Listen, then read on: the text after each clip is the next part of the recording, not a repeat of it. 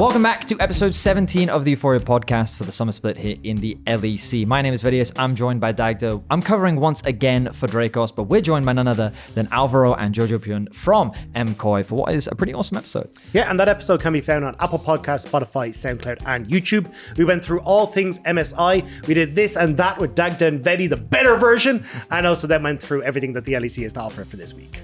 Of course, this episode is brought to you by ExpressVPN. You can head over to expressvpn.com/LEC to get your 14-day free trial right now. So what are you wasting time for? Go check that out. But also, let's check out this episode. Welcome, gentlemen, off the back of what has been a very tough weekend. You didn't really have an easy series either yesterday or today. So let's just get straight into the series that just happened because it's so fresh on your mind. What are the immediate thoughts that you guys had off the back of that? I mean, I think there's a lot of good and bad things to take away. I think we still make so many stupid mistakes, like very dumb mistakes that don't even make sense a lot of times. But the good news is I think our peak is so much higher. I could see when we weren't making those very, very stupid mistakes, our team plays so much better, I feel like. I think our peak is so much better. Our coordination is so much better. For example, game 2, I don't think KC even had one single opening versus us. I think we played the map very well. And game 1, I think we made so many dumb mistakes, and then we struggled, and then we made some. They got ahead, the laners, and then it was hard to play. But I think when we're not really making these dumb mistakes, I really see our growth already from the international. So honestly, it sucks to lose, but I already see our growth, so I'm not too sad about it. Gameplay was. I mean, of course, I think I kind of agree with Jojo because I think, for example, second game.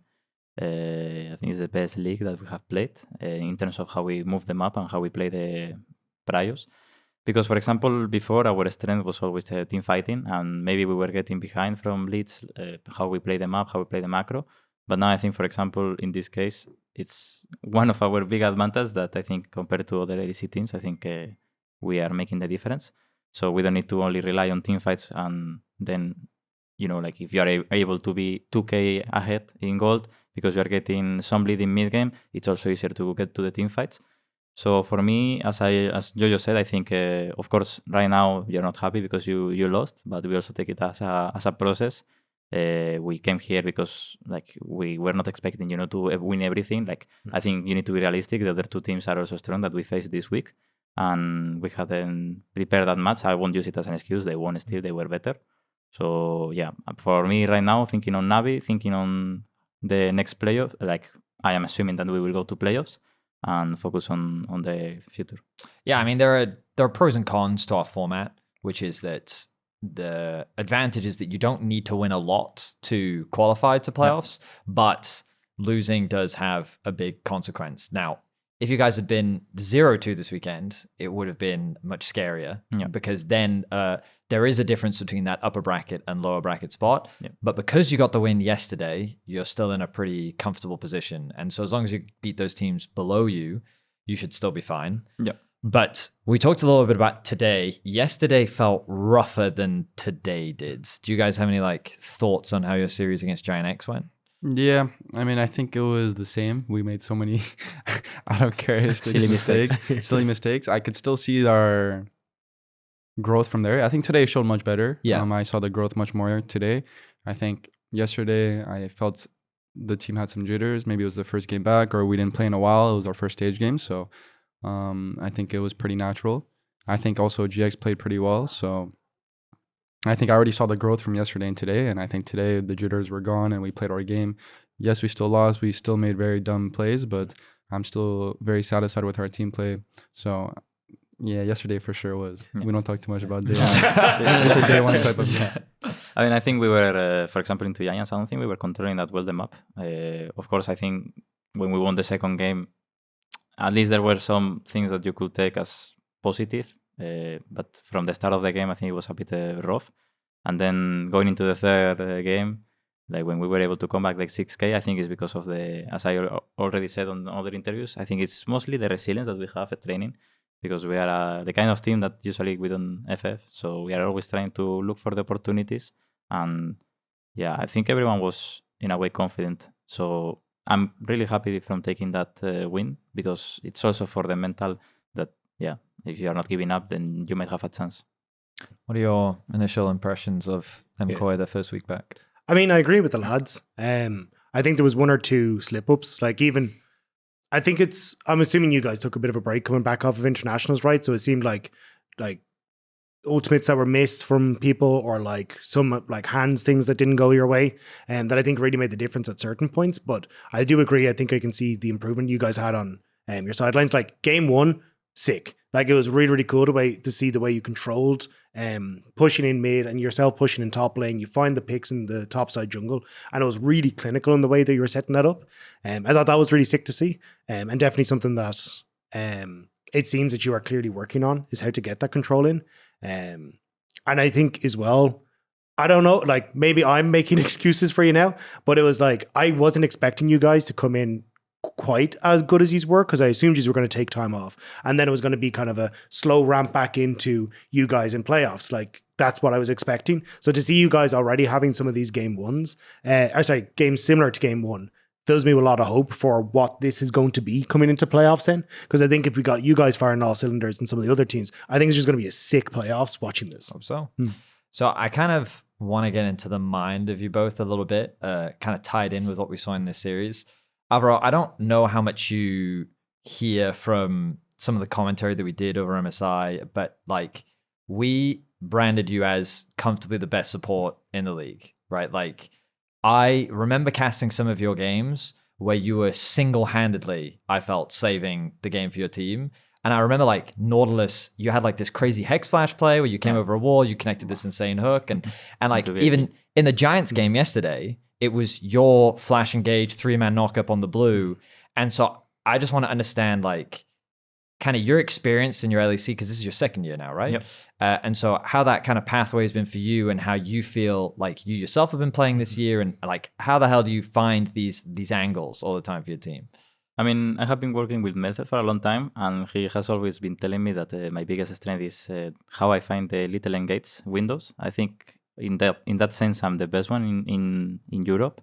So of course, when you have a strength, you really need to use it in your favor, because you can always have chances to come back. So even if the game is going behind in that sense, I will always try to find the engage.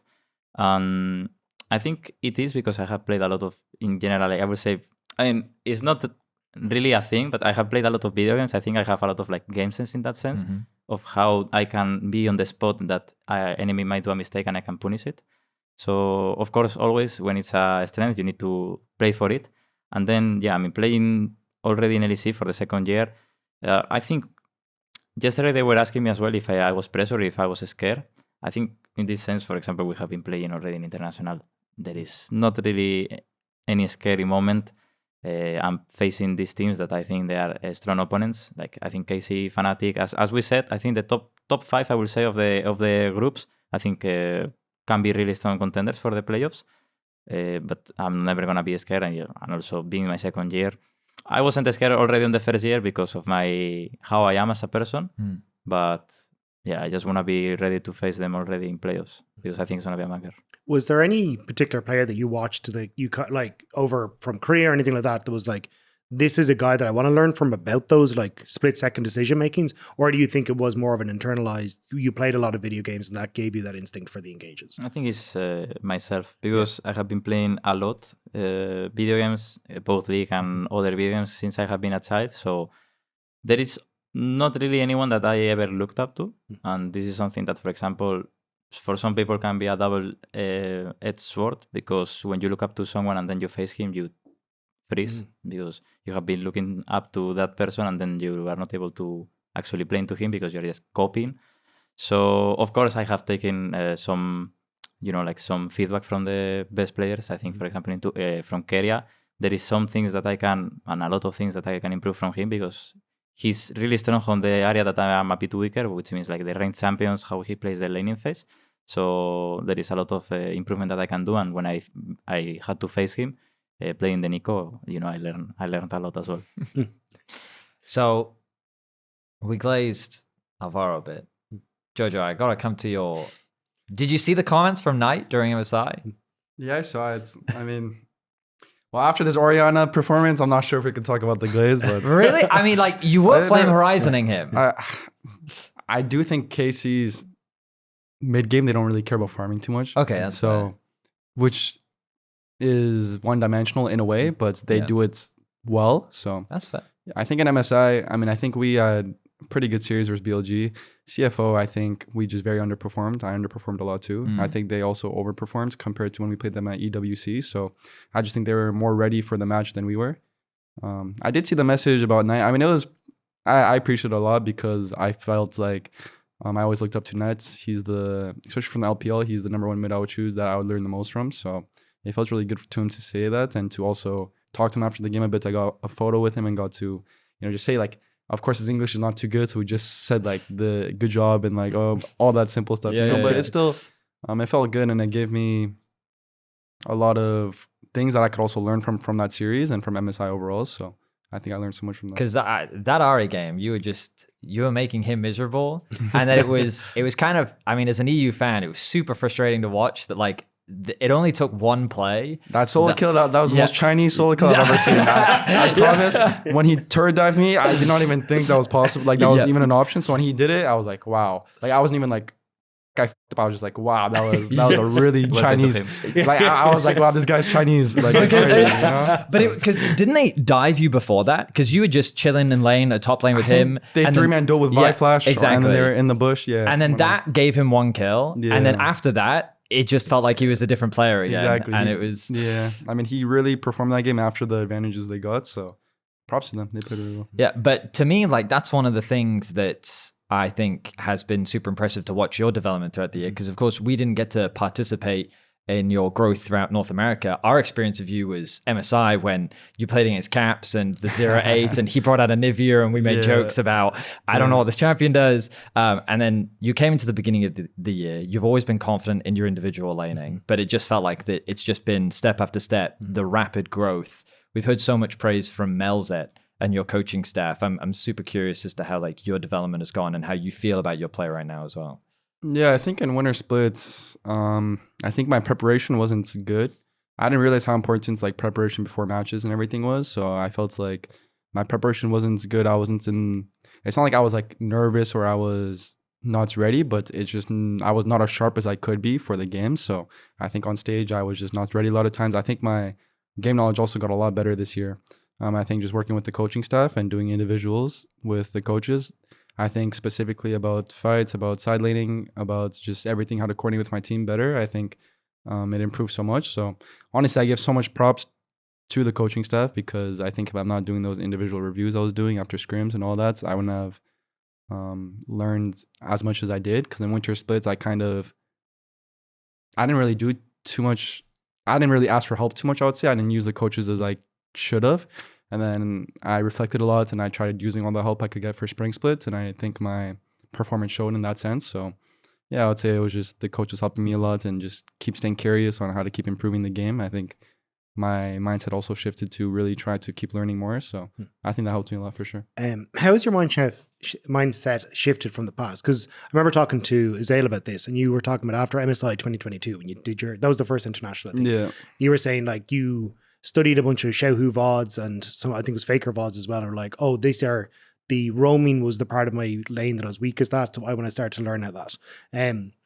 Has that always been kind of your mindset of I want to be the individual looking at all these things myself? And that's why you didn't use the coaches? Or is it more of the coaches are now helping you to understand even more so than you can spot yourself? What are the things you can improve at?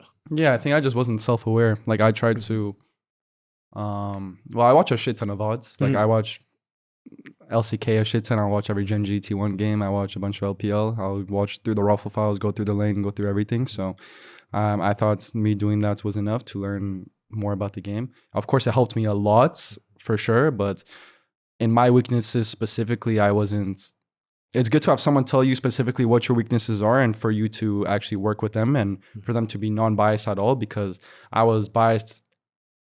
It's very easy to be biased about yourself. Oh, I'm not actually that bad at this, or I'm actually good at this, when in reality, it could be opposites. Like you're lacking something that someone else with another opinion, it's very easy for them to say because they're not you. They're just watching from a non-biased standpoint. So I never really, I guess, used as much help as I could get from coaches.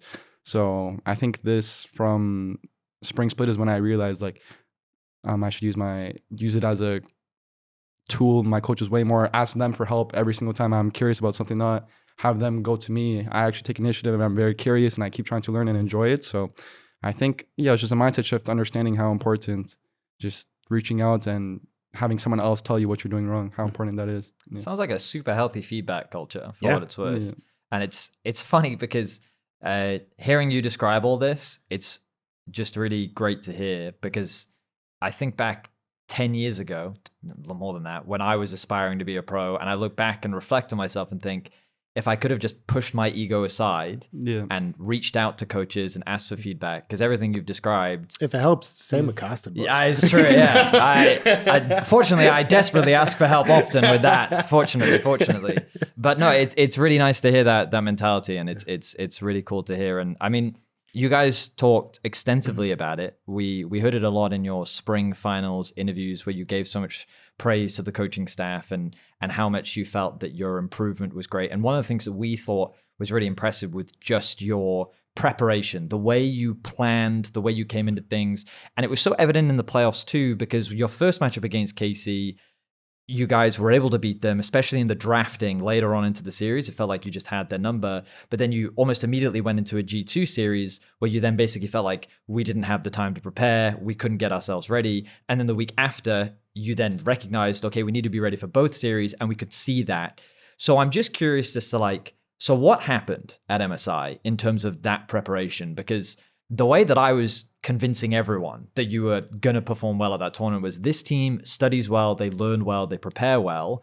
And in the BLG series, I felt like that we started to see it. But then, as you mentioned, in the CFO series, it felt like that they were just better prepared than you were. So what happened in that preparation process for MSI? I mean, I think, for example, in LEC, the first time that we beat KC and then we had to play into G2, we were living a bit in the past. We were still on the win that we had the day before into KC, and we didn't prepare that well into G2 because we usually study the rival and everything, but I feel like we stayed on that moment. So then when the second time happened, we beat KC and then we go to finals.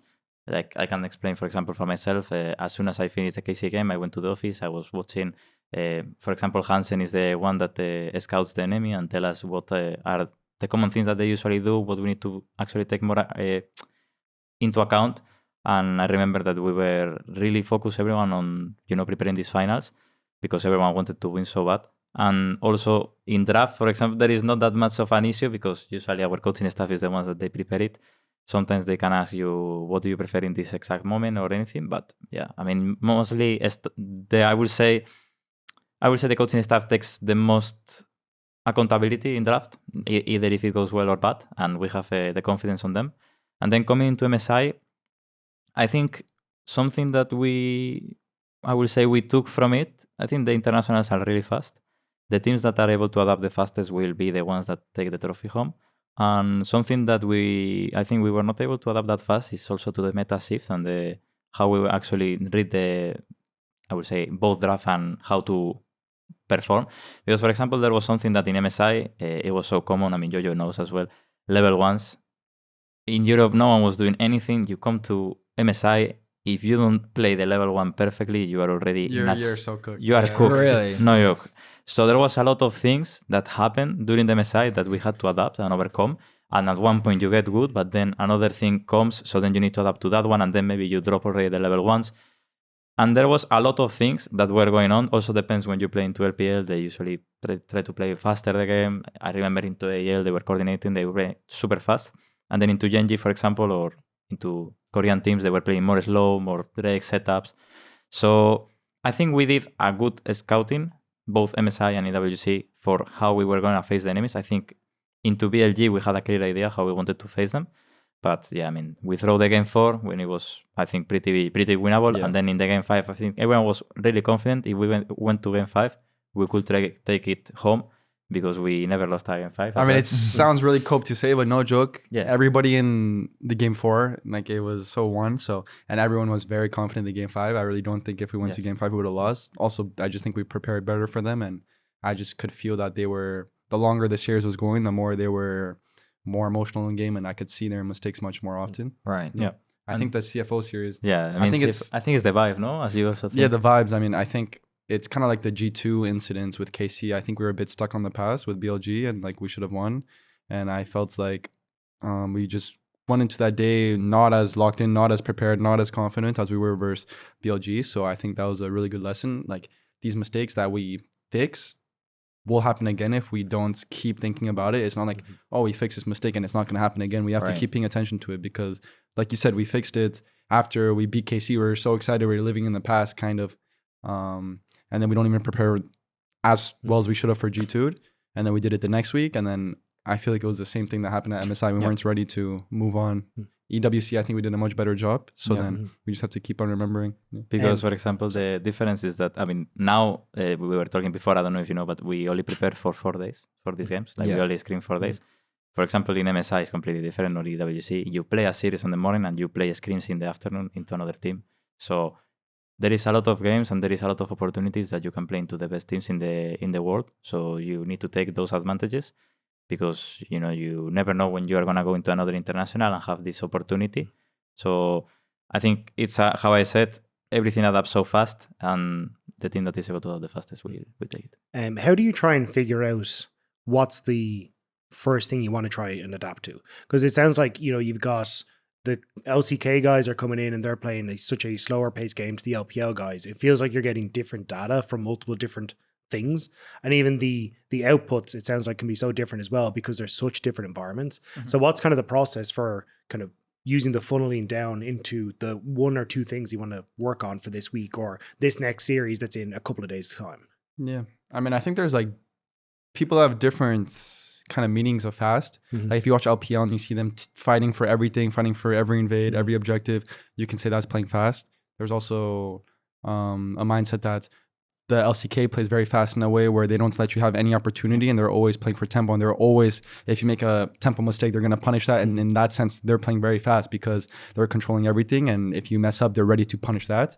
So I think, I mean, honestly, I do think that LCK does play very fast in the sense of you don't see it. It's like they're not going to fist fights way more for every objective, every invade, you know, but they're always playing for something. They're always playing for an objective, playing for tempo. And if you mess up those small details, then they're gonna play fast in that moment. But you probably feel it as a player. You definitely feel it. It's hard to see unless you're really analyzing it, but they're just doing everything well. So when it's a very good LCK team versus a very good LCK team, of course there's gonna be like, for example, the T1 versus Gen G last time, it was a bunch of fighting, right? So, but there's gonna be a lot of times where it's looks slow, there's not many kills, but it's because they're playing all very well and it's hard to find those punish timers. So I think it's we kind of learned that playing fast, because I felt like in winter splits we felt like if we fought all the time and we're fighting everything, we're playing the game super fast in that sense. But then I think our mindset shifted more to, okay, we don't have to fight everything to consider playing fast. If we play the map, play tempo, and we control everything, that is playing fast, and it's going to win the game faster unless the enemy team is really just messing up if you're playing aggressive, you know? So I think Gen G, actually, it might look like they play slow, but when we verse them, they're always playing fast. Like if you mess up, you really mess up, you know? Whereas and you already know. Like. Whereas as a BLG or especially BLG, we know they're gonna start every objective off spawn.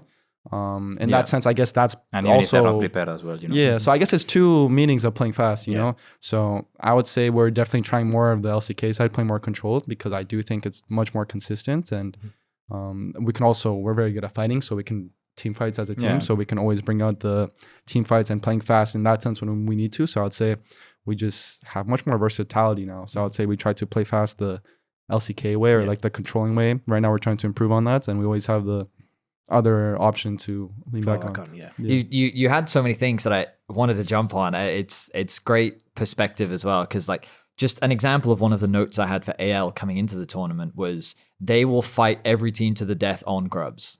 And like they were just a team that really cared about grubs, and you're right, regardless of their position, they'll find it. But because individually they're so good, Tarzan's such a smart player, it felt like that even in disadvantaged situations, they still found a way to get it. Sure. And one of the things that I felt like that we as a region struggled with was like, sometimes we think, forgive me if I'm projecting, but sometimes we think like, oh, this objective is ours, so there's no reason for them to contest it. And often we do this like handshake thing in EU, but LPL teams specifically will sit there and go, well, we're going to test the handshake. We're going to walk up and we're going to see if your setup is as safe as you believe it to be. And that's what I think has caught many EU teams off I think quite that's regularly. exactly. I think in LEC at least. I mean, like, it happens also in LEC, I think. Like, it has been happening. There is many times that, I don't know, one guy says, this objective is secure or anything, and then the other guys go to the wave, and then random jungler spawns 50-50 the And in grabs, for example, as you said, I think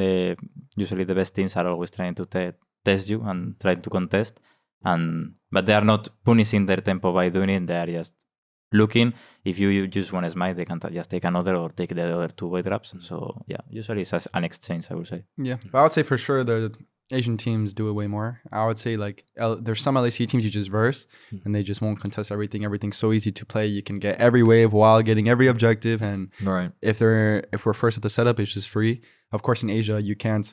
If you're on the objective and you go to a wave and they actually see the angle, they will see the angle and they will go. So I agree. It does for sure sometimes catch you off guard. I think we're very prepared versus BLG that they're going to do that.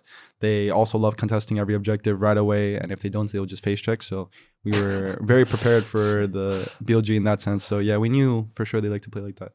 Damn. No, that was super insightful. I do apologize that we bring up MSI. I know you guys must be sick to death of talking about it.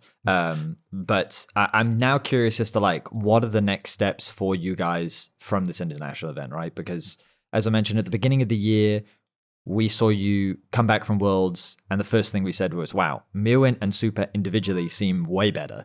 Like, just the way they're playing their lane seems like a massive step up from what we saw from Worlds versus LEC, but also just the development that we see from what was Mad now into Koi. How do you move forward? Like, how do you implement the stuff that you've learned? Especially when I've just heard you talk about, like, sometimes you don't get that same level of punishment that you get internationally, you do domestically. I mean, it is a thing, like, for example, when you don't get punished as the same as LEC from when you're playing international, sometimes you tend to be more, not really sure how to say it, but I don't really know the word. I mean, when there is someone that is not able to punish you, and then when you go into international, this guy is going to punish you, you think, okay, I don't need to do this, and then you just take it for granted. So you build bad habits? Yeah, build bad habits. So, of course, sometimes when you go into international, you need to realize that, okay, this is important and we need to take more into account, because I think there is plenty cases that I could see in LEC, even if I'm playing in a worse way, I'm not getting punished. And then, as Jojo said, I think tempo-wise, when you do one mistake, you really feel it, and they will really punish the little mistake that you have and create a bigger advantage. And when it doesn't happen here, then you tend to take more, you build the bad habits. And also, I will say, how to say it? I think when you really go to international and you play into the best teams, there is not an exact thing that is going to tell you, okay, you're going to win like this. You need to build your formula. And something that we took from international is that we need to take faster the decisions. It doesn't matter if it's good or bad, because if you take more time to take a decision, the decision will be already bad if you take 3 seconds to decide something. Right. So I think you need to value more when you take a faster decision. Even if it's wrong or bad, you can review it after. And it's something that now we are implementing, taking faster decisions. And it's one part of the formula that we have. Yeah. I mean, it's the same as Alvaro said. It's going to internationals. Like, sometimes the bad habits you create or you're doing, you don't even notice, because it could be good in some scenarios, right? It's like, let's say you are cheesing in a bush, and the enemy doesn't know, this is just a random example, right? And you get a kill. Of course, it's going to be good in that game, right? But consistently against the top teams, it's not going to be a higher win percentage, right? So I think it's hard sometimes to know what a bad habit is exactly, because it's going to work against worse players. Yeah. So going to international, you kind of get that slap in the face. Okay, you know what good habits you're doing, you know what bad habits you're doing, because they're going to abuse the bad habits you're making. So it's going to be so much easier to learn, so much easier to improve. And I think that's such an advantage that we got from this MSI. Yeah. Yeah. And I think I do want to give a shout out to your coaching staff as well, because consistently, whenever I see you guys go to an international and come back, it is night and day. You can see the improvements. Even we're talking about game 1 today, right? You could see the changes that you wanted to implement and how good they are. And even the podcast coming up to MSI, I was saying, I think you're the team out of the entirety of LEC that benefits the most from going to international and actually looking at seeing what are the good habits and what are the bad habits? And then I'm not going to say immediately, but very quickly teetering out the bad habits and adding like 3 or 4 more good habits to the list. And I think it is just very, very impressive that you guys as a team, both with the coaching staff and yourselves, can implement these changes so quickly and get so much benefit out of like short periods of time or short windows like that. Yeah. Well, really appreciate the insight, gentlemen. Wanted to ease things up a little bit, have a little bit of fun. Jojo's a little bit familiar with this game because NA made him play it a bunch. But this game is basically called This or That. And basically, we're going to present 2 options, and you just choose this or that, right? Okay. It's really simple. I have somewhat made it controversial in the hopes that you two will fight each other. We need to choose a decision both together. No, it's separately. So you can have a choice, and he can have a choice, and then and Rob, you can also have a choice. Yeah, I will allow it. But my whole goal is to get you to fight against each other in the hopes that these are diametrically opposing options. All right. Okay. Yeah. So the first option is, I'm going to pronounce this wrong. Is it poutine or paella? Like, what's better, poutine Which or is paella? better? Yeah. What would you rather have? Would you rather have poutine or for paella? sure poutine. I mean, I would say paella. You know? have you tried poutine? I haven't. I mean, so since I tried both, But you missed your time. He was in. Did you try paella? But no, the thing is, we want to eat very healthy, and poutine. Yeah. So for the audience, what is poutine? Poutine is a Canadian treat. It's fries, gravy, cheese curds. It's really, really good. Maybe I like it. If the restaurant, if the restaurant makes it well, I think paella is also really good. But when we went to Spain, the paella we got, that was not it. I mean, for example, paella, I don't like seafood. So if it's a paella that has either chicken or rabbit, how it's done also in Valencia, I think paella is really good. But yeah, I can see also, I mean, from what Jojo said, I think it looks like a good... Okay. I mean, I never tried good paella. So if I tried good paella, I could easily see myself choosing paella. But I've tried good poutine for sure. So I'm going poutine. Wow, they both compromised. Do you have a preference? Well, the problem is I've never had poutine sober. So Well, when you weren't sober, it was probably the best meal of your life. it was incredible. I had a great time. So- Spilled half it on me. This one is a little controversial. It's would you rather play Twisted Fate or Callista? Oh, because of the... They both were 100% losers. lost race, yes. Okay. And I've got a bot laner and I've got a mid laner. And you both played both champions. I think... I feel like you would like playing with. I feel like side laners like playing with TF, I like because you always have a playing with global TF. ult. Like an always. I mean, I like both, even if the wins were not there of the champions. But I think, for example, Kalista is so like a cheat code because you can always get ulted and not die. But I think Twisted Fate is it's so annoying the champion. Like I think TF is so annoying to verse. Yes, Yeah. I think TF. I think TF too. Wow, consensus. But can you help us, the common folk, understand? Because when it was at 0506, we were already talking about we're not sold on the pick. I mean, it's double it down, you know. But, Like, at one point, it will start winning, the champion. because in the CFO game, we were there and we were like, it was game 4 that you was guys not- locked in Callista, and we were like, no. So talk us through, what was the logic? What's the idea? I mean, What I even think happened? Yeah. I mean, I think the champion is just strong because you can force the prio lane and everything. But for example, in the game 4, they did late invade. Late in vain and they And fucked then they us. cut them up, so you cannot really abuse the potential fair. that Kalista have. And after that, the game was a bit The cooked. game was very hard. It was a bit. All right, next one. This one is, would you rather... Okay, this one, the question was going to be, which is more OP? Is jungle more OP or is AD carry more OP? Oh, I thought you were gonna say support. That would have been the easiest answer. No, because I have a support. So he plays with the AD carries, you play mainly with the jungle. I and play obviously- both roles. I I, think play AD jungle and ADC I as think well. ADC is kind of whatever. Yeah, I think jungle for sure is more OP. Jungle. Even in competitive? Bro, I think Yes, jungle is I the think- most broken role. And then I think could say support, and then I think support and then jungle. But I think support is top 2. no. But I think ADC is not. The yeah, problem is I that feel like- ADC, you're a passenger. I think ADC is the least because you're just an NPC most of the time. You just click the minions farm and play well in the team That's fight. so What was it? funny to Guma me. said you're an egg or something, isn't it? It's basically what Guma said. I think in this meta it's a bit different because there's so many lane prio champions. Like laning is very important for ball lane right now. And I feel like in the past there were so many matches you just 50-50 and just team fights. But I feel like right now laning is so important in ball lane, so I guess it's a bit. I mean, also now different. ADC, like you need to do the lane assignment as well when you want to swap Bunch and of everything. swaps, So yeah. there is more macro, but yeah, I mean, usually mid game is just you go mid, you Yeah, I think kill the wave, you so move. brain dead. So I mean, of course, if you have an insane ADC and he has the the items, of course, in the team fights, then later probably the ADC needs to be the one that able to click. But more or less, I will say mostly in all the cases, if the other people do bad their job, I don't think the ADC can play. Yeah, because in my head right now it feels like the Jinx is really strong, because when you've got tank matchups and we're seeing Sion on all this stuff and you need that damage, I would have thought that AD carry would rise in priority. But it's funny in my head that you guys are basically you looked at the 2 AD carries today in that game, right? What was it, Sivir versus Jinx, and you guys are you're irrelevant, everyone else is just going to set their sights on killing you too. I feel like it's like that, of course. Then Supa will have the KDA or the damage and everything, but he just need to right click on top of the enemy when he sees it, and that's it. Okay, fair enough. Jungle's broken. All right. So last one. This was, deliberately made to hopefully wind one of the two of you up. So you have the choice of, would you rather play against Honkyu again, or would you rather play against Keria again? I mean, we versed Honkyu again and we won. Honkyu So. That's true. That's true. Honky is the father of Joseph, no? Honkyu was my father in that MSI series.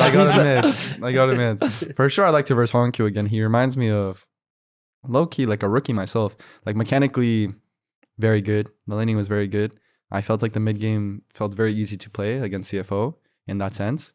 At least in EWC.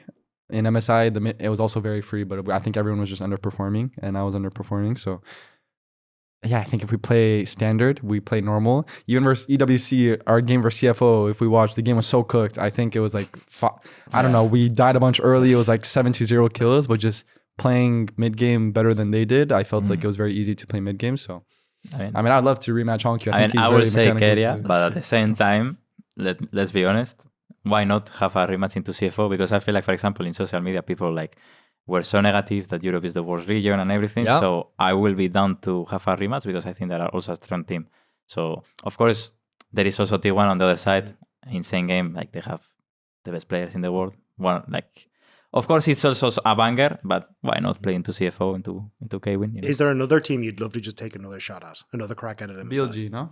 Oh, yeah. They've got a new jungler now, though. Does that change things? Well, I mean, who are they gonna have now? Yeah, former Mad Lions jungler, Shadow. Although maybe not. Who is going to be now the new jungler? I'll tell you after.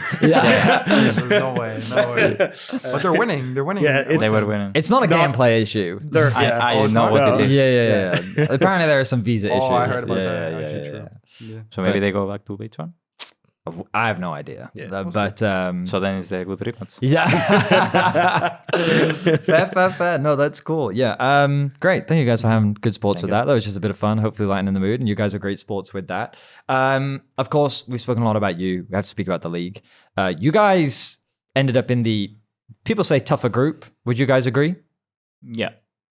I mean, I think G2 is very good.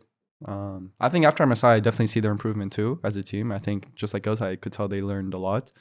But I would say after G2, I mean, the difference is that I think there are three strong teams in our group. Yeah. And in the other one, I think it's only 2. Yeah. Because for us, we were pessimistic of GX because we've heard the scrim rumors before. They came in at the beginning of the year. They made the statement G2's not going to make Worlds this year and stuff. And so obviously a lot of bravado, a lot of confidence. So we were a little bit more skeptical, but it's cool to see that they are delivering on that. But they seem to have the same issues because from my perspective, they should have beaten you in your best of 3 and you're engaged. Fantastic, of course. But they left that soul wide open. It does seem their objective control doesn't seem to be the best. And something you've talked about a lot is your resiliency, your persistence, and just your mid-game awareness. And I think it's probably the bad habits, that they had. Because, for example, maybe in scrims you don't get punished because the other team wouldn't try to look for that play. So then you don't go for the soul, you try to get more. And then if you were more calm and collected and then go slower, they will just get the Drake and then the game will be way harder. Yeah. Do you guys, out of curiosity, when you think on that game, I'm sure that you sit there and recognize some of the mistakes that you made, but the outcome of that game, do you treat that more as them making a big mistake, or is that you and your experience and recognizing there's a window here, we can punish it? I think it's both. Because for sure, you can make them make mistakes too. For example, that would have never been a mistake if Alvaro didn't see the engage, right? So, Right. especially against the top, like you see, it's when there's teams that's versing bad teams. For example, G2, right, when they played versus Heretics, they looked very good, very clean. They weren't really losing anything. But also, Heretics won't be able to make it harder to make mistakes versus other teams. So I would say, yes, they... I see. Yeah, they inted. But we also saw the engage to that they messed up, as we're versus worse teams, you can get away with so much more because they won't see when you mess up and they won't pull the trigger. So I would say we recognize the mistake and we pull the trigger on it, but they're also making the mistake in the first place. So I would say it's I both think teams. our older version wouldn't be able to actually come back that game. So I agree. I think it's just about adapting as well. Fair. And what about the rest of the teams in the group? Because you started really tough. I don't even know who's in our... So you got Navi Navi, and Vitality. Navi and Vitality. So next week you are playing up against Navi. So what do you think about those last two Bro, opponents? how crazy is that Giants doesn't play in 17 days or something like this? Really? Oh, they don't? I think so. Have they already- Or there is a lot of time because they have the next, I think, the free week. Yeah, they got a free week and then they play The very last game of the Oh, season. damn. Well, of the regular Maybe season. Oh, because I they've mean, already 17, played not sure. 3. Have they already played 3 games? Yes. Yeah, because they played 2 first week. Oh, yeah. I guess the idea is that every team at least gets a break somewhere. But Yeah. yeah, it seems that their break is Yeah, quite because I long. think Fnatic doesn't play the last week, so they've got their last game against G2 next week, Right. Because they've already played it. I mean, playing into Navi, seems cool. Like, simple. I think it's just... Simple. No, I'm talking about simple of... Honestly, I'm CS. fine with a bit of CS. disrespect. Yeah. Okay, You know be it's crazy. disrespectful. No, you know I'm what I talking mean?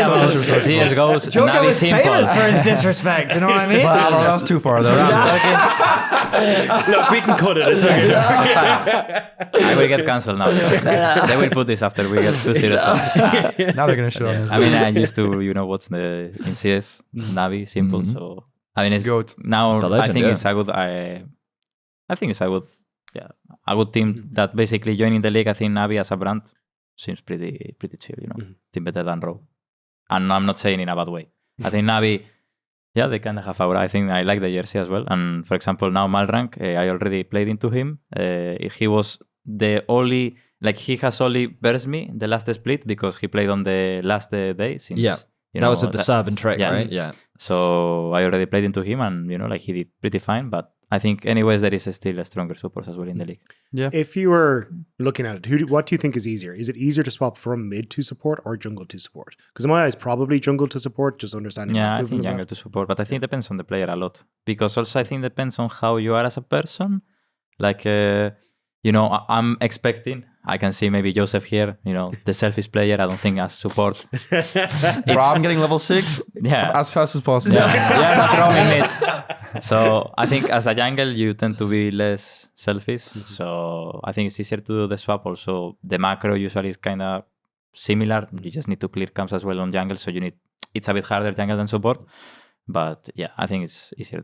I love that he just straight up called you selfish and you were just like, yeah, no, he's right. I'm a mid laner. I have to I be. mean, No, he needs I to get be. it. Yeah, And I get like it, that I get from it. him I as mean, well. At times, of course, you can't be selfish, Yeah, of right? course. But I think it's important to have the quality to be both. I think mid laners would be better supports because I think mid laners are just the best players in the game. Coming from a non-biased standpoint, No, if you ask anyone, as a mid laner, I agree. If you ask anyone who is the best players in the world, they're gonna say Chovy, they're gonna say Faker, they're gonna say Knight. You'll say Carrier and you'll say, but mostly it's gonna be mid laners. Canyon. I think they're the most Canyon. Canyon's up there, yeah. I'll say they're the most versatile for sure. If I had to give a role that can play other roles the best, I would have to say mid. To be honest, Okay, maybe I jungle respect too. it. Maybe I mean, jungle too. I agree it's better than support. So But if you do a team of full mid laners into full supports, I think probably mid is taking the win. It's interesting. Earlier, he said that support was top 2 most OP, and so you didn't have to do anything. And now, support is so broken. It's crazy. Yeah, support is still so broken. Yeah. But yeah, I would say a mid I mean, laner. I understand your point as well. So, and I kind of said it, part of it. Yeah. so Group B, you guys haven't played them yet. I imagine you've scrimmed a bunch of them. Yeah. We did see. I mean, you thought Fnatic were pretty clean today, right, Rob? I blanked on that game now if you tossed me that 'Cause question. Yes. They 2-0'd them. BDS. We spoke to Grabs afterwards. He felt that he was actually saying something that you were saying about the Heretic series, where it just felt like BDS wasn't giving them much resistance, really. Yeah. And so when Fnatic had the lead, it seemed like that it felt very difficult for them to let it go. Yeah, exactly. BDS. BDS, I mean, I think the other group, I think we're 36-0 versus VDS in scrims or something. I didn't even know until Oh my I think the goodness. coach said yesterday. So I think, yeah, we just have BDS's number. I do think, I mean, I saw some of Fnatic's game and I did scrim versus Fnatic and I did scrim versus Poby. I'm actually impressed with his mid-game play. I think his mid-game play is pretty good. His side laning was, because usually when a Korean import comes into the West, usually like the stereotype is good laner, good mechanics, but doesn't have much brain. But I could see Poby, his side laning is good. I would say his laning, it's not a strength. I mean, in LEC, it looked really good on stage actually, but I don't think he versed really like his level of caliber mid laners. But I would say his strength is more of the side laning and more of the team play. So I was pretty surprised because usually the Korean import that comes in is mechanically good, laning is good, but yeah, the macro usually is not there. Maybe the communication issues or something, but I feel like Poby's the opposite. So I think Fnatic is actually not bad, but they're always good in regular season. So it's kind of like the GX scrims. It's like if they show up in playoffs, then, you know, you can say something else. But yeah, I'm going to say they're good in regular season. They're playing well right now, but it's nothing new. I think G2 with us are the best teams. I mean, we just lost to KC today, but I already felt the games was so free. But we just, Why? Tell me why. Well, I mean, if you don't want to reveal anything, that's completely fine. Well, we just had full control, I felt like, and then we just, the mistakes we make, for example, when we get solo killed or, you know, we do stuff we don't have. There is a lot, you know. Like, I remember a lot. Like you feel when you have control in the games, and I could tell KC was not really doing much in game 2 and game 3. I felt like we had full control until the ball lane fights in game 3 when like Corki got a quadra kill or something or a triple kill. Before that, we had full control of the whole game. In game 2, we also had full control. So we always knew what KC was going to do, and we were always gaining small advantages. So that's why I felt like I'm not downplaying KC for sure. They found engages to win. They found our mistake. And like we talked about, right? The ball lane fight that they saw, they won the game. Because, for example, in the bot lane fight, like when the Corki got the quadra kill, like we just don't need to engage, you know, but it's just on the moment, you're not really thinking and you're just going by what you actually think in that moment is the best play. And if we just respect, Corki's over rotating. So then when Corki over rotates, Supa has mid prio, we just push, we base, we set up that account, then the game is completely like but also, controlled, you know. It also does suck to say like to make dumb mistakes because I feel like we make dumb mistakes a lot. And every team also does. Every team is going to make dumb mistakes. So it's kind of like, it does sound like an excuse just saying, oh, we lost because of dumb mistakes. So we really have to fix that and show that it really is just dumb mistakes, because if we keep making those dumb mistakes, then we're just bad, you know? It's not like it's a dumb mistake. It's just we're making mistakes, you know? I just remember, for example, now the last fight, like it's not a mistake or anything, you know, it's just a funny story. I had the Knight's Bow on Supa and I couldn't Hex Flash because he got damaged by the Hextech Soul. So my Hex Flash was like 1 second away. If I Hex Flash and I go on the engage, we could probably win the game, you know. If Supa on the fight before, he doesn't flash forward, because Melted just said it as soon as we finish the game. If he doesn't flash forward, he doesn't die to Casante, and then we get Elder, and probably we're mostly winning the game because we have Elder and Nashor. And there is a lot of things, like I remember Melted said as well, you know, in silent, if we don't go for a bit more. So, of course, all of these things, you need to think about it. You need to actually realize why you are doing this. And yeah, I mean, I think it's just buying the story that if you play it more, not that much for kills, or you play for controlling the map, you will end up winning the game, because I think we have the better fundamentals. Interesting. But you would, I guess the question for me is, obviously you lost them today, and KC, well, I guess the way that I hear you guys talking about the game is how I expect a pro to talk about the game. And it doesn't come from any disrespect, or like you respect KC as a team and as players. That makes total sense to me. It's very much just that mentality of, you think back about how you should have won that game, and it's simply like, this is a very easy solve, in my opinion. If I had just done this slightly differently, which I know I can do, then the outcome of the game becomes very different. And so it makes a lot of sense that that's how you view things. I guess for me is that it comes back to a point that you also identified, is that like, at what point do these small mistakes, are they just mistakes, exactly, right? Yeah, because there's so many mistakes that teams are going to make consistently that's like, oh, it's a dumb mistake, right? So yeah, we have to actually, the only way to know it's a dumb mistake is we just stop making it, right? So, or we just not make it lose us the games, because I think, yes, it is cope a lot of times saying we lost because of a dumb mistake, if it's happening a lot. And I think we did make so many dumb mistakes in winter, and we said, oh, it's dumb mistakes, but we keep making them. And in spring, I think we really improved on that. So I think now we've kind of shown in that way that we're ramping up, and we're realizing what the mistakes are. And if we actually try to fix it, I think it's a mindset difference. If we see those dumb mistakes as a mindset, okay, we have to fix those mistakes and not make sure it happens again versus, oh, it's just a dumb mistake and won't happen again. I think those mindsets are very different. I think we're in the mindset of, okay, we can't let these dumb mistakes happen and learn why they happened and how to not make it happen again versus coping and saying, oh, we just lost because it was a dumb mistake, move on, you know? Right. I think we do a really good job of trying to fix the dumb mistakes and not using it as an excuse of, oh, well, we just messed up, move on, you know, it won't happen again. We actually try. So then in the context of the league, who do you feel right now makes the fewest dumb mistakes? I mean, I think G2, I would say. G2 for sure. I think G2. Fnatic and KC has... Yes, I can already remember. Like you already said those two teams, and I can already think about things. But I can already think about ways to target their weaknesses. I can already think about what they're good at, what they're not good at, what to do. There's a much more easier game plan. I think G2 is much more versatile. I think also now we're much more versatile too. I feel it's like before teams only thought of, this is what I hear of like Mad Lions or KOI can only play one way or like group a lot and all that. But I think right now, I think right now it's we can do anything. We're much more versatile. We just have to keep working on it because we just came back from MSI. I think if we really polish this, we'll be very hard to target too. So I think G2 and us right now, and I think KC and Fnatic, I mean, when I versed KC today, I really saw the same weaknesses and strengths, the things they're good at and the things they're bad at. So either they are not as self-aware or maybe they don't care about it, or maybe there's some teams that also really try playing to their strengths, right? So maybe that's what KC's trying to do. And Fnatic is Fnatic. You know, they're just going with everything, you know? So you don't think that with Poby they're more restrained? For sure with Poby they're much more stable. Oscar still did die a few times. Oh, he did. Today, I mean, when they said weaknesses and targeting, like I imagined top lane was on the list. That didn't come from me. But, I mean, for sure, I think G2 is harder to exploit, have a game plan around, and understand how they're going to play. Of course, every team is going to have patterns. G2 is going to have patterns too, but they're going to have less exploitable patterns. I think we're working on not really having any weaknesses, and I think we're on a really good track right now, even though we lost today and yesterday was shaky. I definitely see our growth because at the end of the day, we want to be at our best form in playoffs and at Worlds. So if we lose today, we even lost yesterday, but at the end of the day, we make it all the way and we improve. That's all that matters because regular season is regular season. We have to be the best when it matters. So I already see the growth. So and I think referring to that, I think it's really good for the level of the league because everyone pushes each other to actually adapt and overcome the strengths and the weaknesses.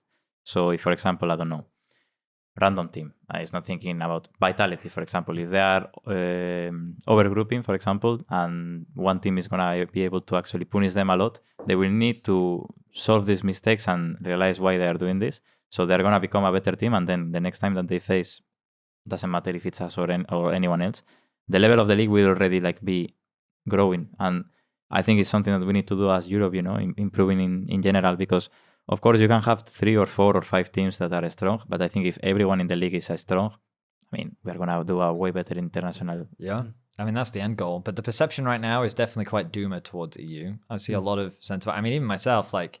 But I think it's hard because I think already the people put themselves, you know, the weight, I would say. Like, I think some people already are fine with it, you know? And I think it's so over-exaggerated, to be honest. We had a bad MSI performance, EU as a whole, for sure. I think it was one performance, but I could tell even versus scrims, even when we versed FlyQuest, for example, in scrims, or when we versed other teams, and when we versed G2, I could see G2's level is very good. I think on stage, sometimes they're chokers, for sure. I think they choked versus FlyQuest in the MSI. FlyQuest also is a good team, for sure, right? But I think G2 also has that issue. I could also see last playoffs, they really underperformed. So I think in that sense, yes, when it matters, maybe EU is not there at the moment. Maybe G2 gets their stuff together to peak when it matters on stage. And same as us, I mean, we shouldn't have lost versus CFO and versus BLG. The way we lost was criminal, right? In that sense. But I think it's like these things, and then saying EU is doomed because of that is pretty crazy to me, to be honest. But I think, I mean, we'll just see how Worlds. I mean, the thing for me is, and so it's one of those things where I think it's just results matter. Because you guys are completely valid in that what you see and what you experience, completely true. And watching your BLG series, I was completely aligned with you that if we go to game 5, odds are that they win this. Like, because I could feel like everything I'd heard from LPL casters, everything I'd watched of myself at BLG, it felt like that the further they went in the series, the more that they got pressured, and they either found the perfect comp in game 5 or they had nothing. Yeah. And so that's where I thought that there would be the magic. And then the mistake happened. Like, I looked at Meowin and I was like, why didn't he flash? Why didn't I go to base earlier? Right, like there's all these things, right? Yeah. And so I can sit there and I can pick apart, but like that's what I mean in the sense that results ultimately matter. Exactly. And so I think that for EU right now, we're looking at the region and we're like, we want to get out of groups. And groups is a lot of RNG. Remember that FlyQuest qualified to groups by beating Team Liquid. And they hold that over us, but they did push Gen G then to 5 games, right? Yeah. And so that's what people matter. People will remember the results. Exactly. And I do feel bad for you guys because you're probably right in that like it's overblown in like how bad EU is as a region. But the thing is that, for example, like the results, I feel like it's so hard actually to measure because I'm putting a stupid example, you know. We did 1-2 into T1 in EWC. Gen G won both internationals and Gen G lost 2-1 into T1. Are we the same level as Gen G in LCK? I feel like they're still superior than us, you know, but we have done the same result as T1. So I think it's a double-edged sword in that sense because I feel like, for example, we're better than CFO. I think, for example, KC can also be better than CFO. But I think on that moment, they were still better, you know, they were a better team. So I think it also counts the moment that you are playing. And of course, that's, don't get me wrong, you know, the best team will be able to be better on that moment. So I think the results can be a bit scary. I mean, of course, we have heard a lot of people talking about scrim results and everything. I mean, for me, scrims a lot of times doesn't matter that much because like then you come to the officials and there is one team that is not performing, so it doesn't matter. Yeah. So, yeah, I mean, just saying, I think it's kind of like the impression. I would say, of course, from a fan perspective and from a player perspective, results is all that matter at the end of the day. Like, if you really look at the end of the day, it's all that matters, right?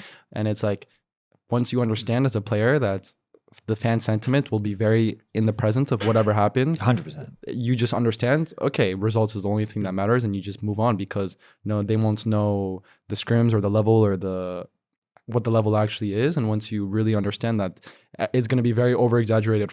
If you win versus a really top Asian team, it's going to be crazy, praise, all of that. 100%. If you lose against an unlosable team, it's going to be flame. Once you understand that... threats in Twitter, so it's fine.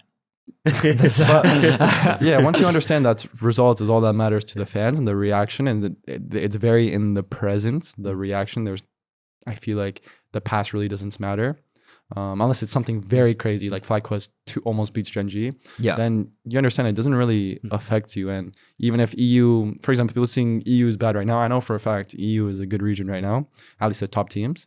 But hell yeah, Jojo, we're quoting that. Well, also NA is also titles. NA does have FlyQuest, so FlyQuest also stands out. And C9, hopefully. And C9, I'm down for them to be C9, good. Even when TL was good, TL is very good. I'm not watching TL or... I don't think they're that good right now. Right now, yeah, I heard they're not that good. But when they're good, they're also really good. So I think in the West, there's good teams, and whether the results show or not, at the end of the day, it's whatever the results happen, whatever the fans are going to say. So it really doesn't... You just have to accept that, and you have to understand that. And there's always going to be more games in the future, and the results will always change. Sure. So, and also something that people need to know is that we are already hard on ourselves, a lot. I very much agree with that. Yeah, I agree with people think that, okay, like we did 1-2, we are comfortable. I have heard a lot of people that have been telling me, oh, you did 1-2, you need to be happy. No, I'm not happy, like it's not enough. I'm not satisfied. I love competition and I really want to win. So it's... Even if I'm doing one of these, of course, it's not the same if you do 1-2 into T1 than if you lose into, I don't know, NAVI, for example. I don't think this is the same. You and NAVI, there's something... I'm just saying because it's the next rival, Sure. So I'm just saying. But do you know what I referred before of NAVI? No. There is a guy called Simple. Yeah, he's the goat. Yeah. I didn't say it's simple, Yeah. Okay. But I want to go back to the point you made on results being a double-edged sword, because I was actually watching the Voice of Yamato with Papa Smithy earlier this week, and Papa Smithy had a really good point, is that with an over-focus on results, everyone is kind of focused on that we have to get the best for the immediate dopamine hit of we won right now. And he's kind of looking at Europe and going, well, it kind of feels like in a lot of positions, people are just over focusing on, well, we're not going to test anything or try anything new or get a new player in because we're going to be focused on, well, we need to get the result now. We need to do the thing now. Yep. And I think it's actually like, and the funny thing is, he actually mentioned you, Alvaro, and said that he was looking at you because you came in on you won your first 4 games and you got MVP in your first 4 games playing Renata. First time he ever came in, and he was like, this is a guy who's going to be a megastar. He was correct. You've been sick. But it's like actually looking and taking a risk on people isn't done very often. I think KC and yourselves are the teams that kind of say, hey, no, we are willing to invest in new talent, put in the time and effort. And now both of yous are top teams, if not actually the top 2 teams in our region at the moment. And I think that is that like double-edged sword of hyper focus on results. It's giving people time to grow, but also be willing to say, hey, we're going to take a step back, maybe try out some new things, see if it works. And then as a whole, the region will eventually grow. Because a lot of the discussion I do hear around this is like, there's no talent in ERLs or anything like that. But I think it is also, teams are so focused on, we have to get the immediate result, that they're not willing to put time and effort into the new kid on the block who actually could be really good, and giving him that time to grow. I mean, depends a lot, that one. Yeah. I think it's really important, and I think it's really obvious which teams really prioritize that growth versus instance. I think even in traditional sports, usually it's always the same teams. Of course, there's going to be years where there's random teams, but usually the same teams are going to be at the top, right? Even in esports, it's the same, right? There's going to be the same teams at the top. They have to be doing something right, even with player changes. So it is the mindset of how the structure works and how you invest in the players.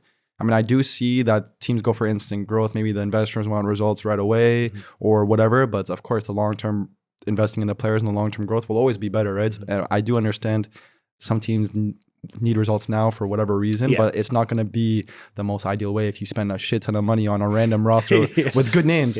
Like, there is sometimes there is good names, but that's no why synergy, super teams fail so much, right? Because you just get the top team or the top names that you see in the markets, but you don't actually correlate, like how are they going to work maybe together? They don't even talk outside of the game. Yeah, maybe they don't even like each other. There's too many voices or there's no voices. And I think teams are realizing that more now as they did in the past. I think when teams were spending a shit ton of money, it was like so many times super teams failed, right? So there has to be a reason why. It's not just random. So I think orgs are realizing that's more now.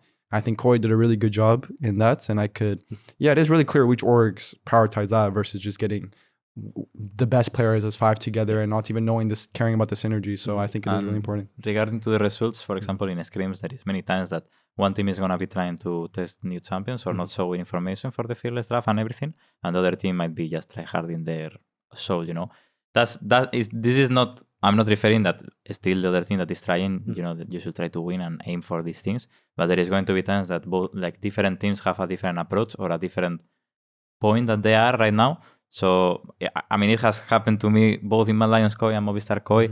There is times that you are practicing new champions or you are trying something. Like, I mean, Jojo knows as well, there is many times that we have been trying a different formula and there is sometimes that you fuck up. So, yeah, it doesn't really matter sometimes the results. That was a lot of discussion. I appreciate that, gentlemen. Yeah, I honestly wasn't expecting the podcast to go in this direction. But I do have to move us along because we do have some community questions. There are some fans that had some eager questions to ask you both. Now, we have spoken about this briefly, but there is from @Marcus Matt Emmawork 4497. I apologize for butchering your name. They ask, what did the CFO series at MSI teach you specifically? I mean, I think for me specifically, it was very obvious, at least individually.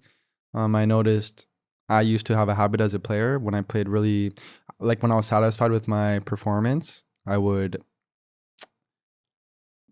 be harder for me to move on to the next series and I would still be in the past a bit. So versus BLG, we lost and I felt like I played well individually and we should have won that series, or not we should have won, but we had control a lot of the games and I felt like I did a good job. So I think I realize again, it's the same dumb mistake that I make a lot in my career. I just have to keep living in the present and prepare well. So it was another reminder. I really underperformed that series when I shouldn't have. And it really sucks because I knew I faced that in the past and it happened again, especially when it's very important. It's an MSI, right? So it's the same thing we talked about before. It's like, yeah, you improve on these mistakes, but you have to keep remembering it to not make it happen again. And because I think it's so easy to fix a mistake that you have and then just move on to the next thing that you have to fix whatever mistake, and then you kind of forget about that mistake that you made in the past, right? So I would say that for me was my biggest, I guess, reflection from the series. I mean, for me, there is, of course, like a lot of things that I learned about inside of the game, but I would say outside, I think the objective that I really had was having no regrets, and I felt like, for example, after playing into CFO, I had some regrets because sadly we got this like eliminated, and coming into the next international, I legit didn't want to have any regrets, so I wanted to try no matter what, and I think I would say since it's an international, also it feels even worse to lose because you know that there is a lot of time that you won't have this opportunity again. So I really don't want to lose the next opportunity that we have, and we can learn the most from it. Fair. All right, next question from MEWL7.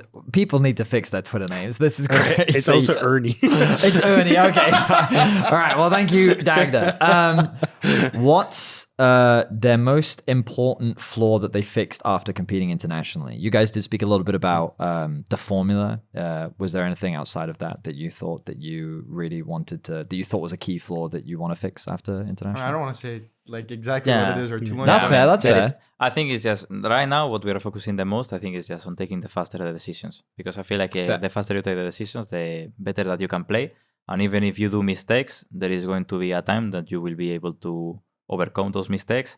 And then it will be a moment of repetition and patterns that you will be able to see the things way faster. And the faster that you play, the better that they will be into the best teams in the world. Yeah, because versus the Asian teams, they're going to make decisions like this, right? And in LEC, it's like the bad habits thing. They're not going to make those really quick decisions unless it's either... Or the top teams sometimes, yes. Yeah, so maybe the top teams, but besides that, you're not getting too much. So I think that's very important. And if you want to compete at the top, you have to be ready. You have to prepare. You also have to make those quick decisions when it matters.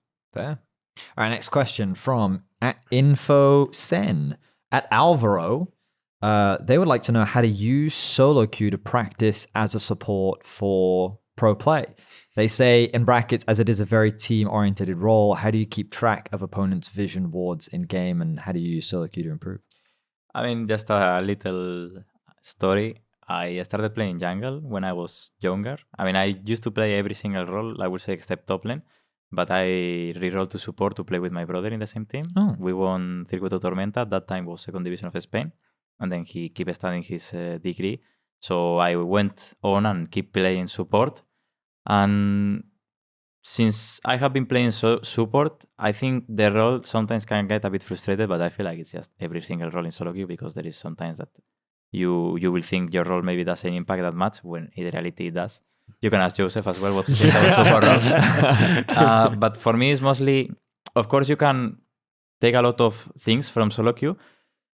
I agree with what the question said. I think, of course, in professional games, support role will actually have a bigger impact, or you will have to think even more. But in solo queue, you all can already track enemy vision, pressing tab, seeing where he warded, knowing where to open. Because if, for example, you know where to open or when you need to be on the map, there is going to be things that already you do in solo queue, you will be able to adapt for officials. The laning phase, there is a lot of things that you can actually improve. You can always hear people when they are not good on the game, they are crying about their ADC not doing this, and then maybe the approach that you should have, okay, what could have I done actually to adapt to my ADC, to make his life easier? And I think how you want to control the map, valuing which is the most important lane that you need to play around, or what you actually need to play with. Because there is many times that when I have coached worse people, I will say, play with the most fed guy in your team, because I feel like it's just kind of like the easy approach that then you don't need to overthink too much. But of course, when you get better, you need to understand the win condition. If this top matchup is going well, then later on he will win. Most likely, there is going to be times that your teammate will just do bad, and you need to accept that you're going to lose. But yeah, whatever is in your hand, I think is the most important. And in the support role, there is a lot of things that are actually in your hand, even if you don't think so. That was a lot of great insight. So I really want to thank you both. I know it was a difficult day today and just in this weekend, and the fact that you still agreed to come on, we really do appreciate it. Really amazing episode, shed a lot of amazing insight. So we're going to let you go now. Thank you so much, everyone, for watching. Thank you, lads. Dagda, as well, for joining me alongside this adventure. This episode was, of course, brought to you by ExpressVPN. You can head over to expressvpn.com/LEC to get your 14-day free trial right now. Thank you again, both of you. Thank you, Dagda. I've been Vedius. That is this week's episode of EUphoria. Thank you so much for watching, and we'll see you next week. Bye-bye. Thank you.